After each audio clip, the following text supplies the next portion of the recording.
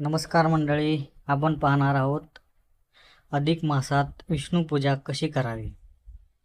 अधिक मास हा भगवान विष्णू यांना अत्यंत प्रिय मानला जातो।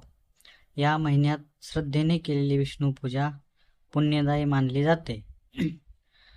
अधिक मासात विष्णू पूजा कशी करावी तर सकाळी लवकर स्नान करावे। पहाटे उठून स्वच्छ स्नान करून पिवळ्या किंवा स्वच्छ कपडे परिधान करावेत। पूजा करताना मन शांत आणि प्रसन्न ठेवावे।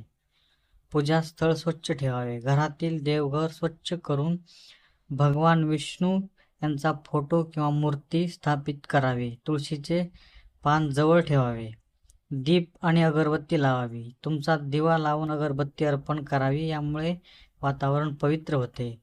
विष्णू मंत्र जप करावा। ओम नमो भगवते वासुदेवाय हा मंत्र 108 वेळा जप करावा। तसेच विष्णू सहस्त्रनाम किंवा गीता पठण करणे ही शुभ मानले जाते।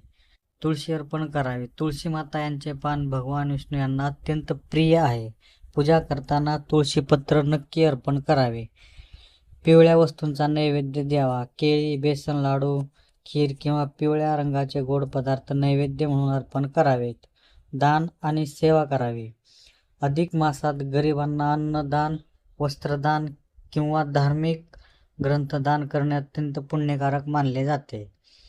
संध्याकाळी आरती करणे ही अत्यंत गरजेचे आहे। तर कोणती आरती करायची तर ही ओम जय जगदीश हरे ही आरती भक्तिभावाने म्हणावी आणि संपूर्ण सहकुटुंबाने यामध्ये सहभागी व्हावे।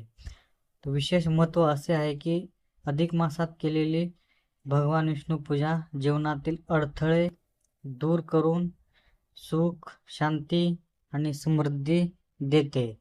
श्रद्धा आणि भक्तीने केलेली छोटी पूजा देखील भगवान स्वीकारतात।